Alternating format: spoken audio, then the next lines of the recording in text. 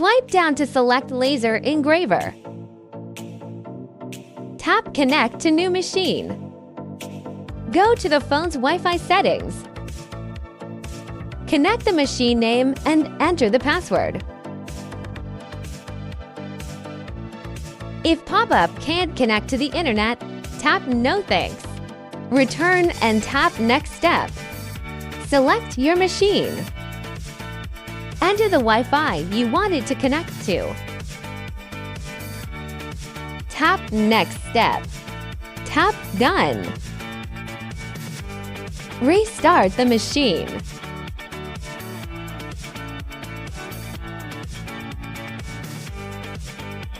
Restart the app and search again.